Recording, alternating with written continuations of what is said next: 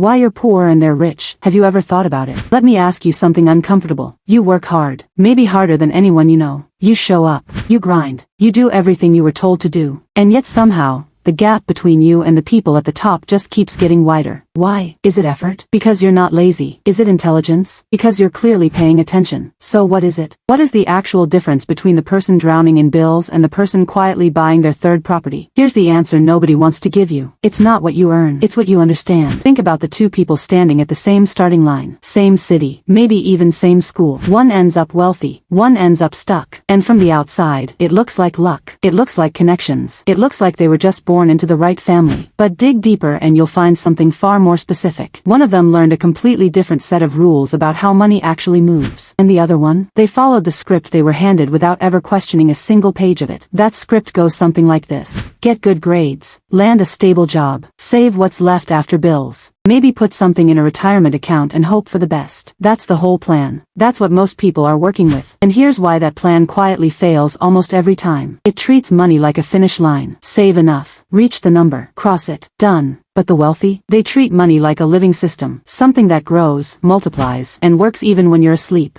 Let's get into the real mechanics. Because this isn't about motivation. It's about structure. Rule 1. You trade time. They own systems. Every single hour you work produces 1 unit of income. 1 hour in, 1 paycheck out. That is the definition of being trapped. Even if the paycheck is good. The wealthy long ago stopped selling their hours. Instead, they own things that produce income without them. A business with 10 employees generates revenue while the owner is at dinner. A rental property collects rent while the landlord sleeps. A stock portfolio pays dividends while the investor is on a flight. They didn't just earn more money. They built machines that earn for them. The moment you shift from, how do I make more money, to, how do I own something that makes money, everything changes. Rule 2. You avoid debt. They weaponize it. You were taught that debt is dangerous. And for most people, it is. Consumer debt, car loans, credit cards. That kind of debt eats you alive. But there is another category of debt entirely. The kind that builds wealth instead of draining it. Here's how it works. The wealthy own assets that appreciate. A business, real estate, investments. Instead of selling those assets and triggering a massive tax bill, they borrow against them. The loan isn't taxed because it's not income. It's a liability. So they access hundreds of thousands of dollars in cash, tax-free, while their assets keep growing in the background. You're paying taxes on every dollar you earn. They're borrowing against dollars they never have to sell. That's not luck. That's architecture. Rule 3. You pay taxes first. They engineer theirs last. Nobody taught you this in school. The average worker earns a salary. Taxes come out immediately, and they build their life on whatever's left. But wealthy individuals structure their finances so that taxes are the last conversation, not the first. They maximize tax-advantaged accounts. They use legal entities like LLCs to separate personal and business exposure. They time their income strategically. They use tools like the 1031 exchange to roll gains from one investment directly into the next without the IRS ever touching it in between. The tax code was never written to punish wealth. It was written to reward specific behaviors. Building businesses, creating housing, investing in infrastructure. The wealthy simply learn to read that code like a map. Most people never even open the book. Rule 4. You think in months. They think in decades. This one is subtle, but it might be the most devastating gap of all. When you're living paycheck to paycheck, your entire financial brain is focused on surviving this month.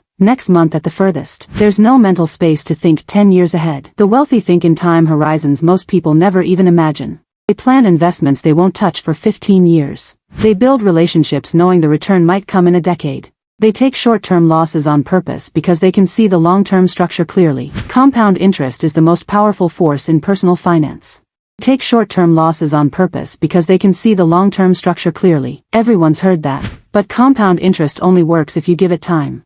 And time requires stability. And stability requires a foundation most people are still trying to build. Rule 5. You learn from school. They learn from proximity. This is the one that almost nobody talks about. The wealthy don't get their best financial education from classrooms. They get it from rooms, from the conversations happening around them, from mentors who hand down strategies that never appear in any textbook. If you grew up in a household where money was always a source of stress, that's the financial education you received. Fear, scarcity, survival, not strategy, not leverage, not legacy. The wealthy grew up hearing entirely different conversations. About deals, about structures, about how to protect what you build. And that invisible curriculum creates an almost impossible gap to close unless you consciously go looking for a different education.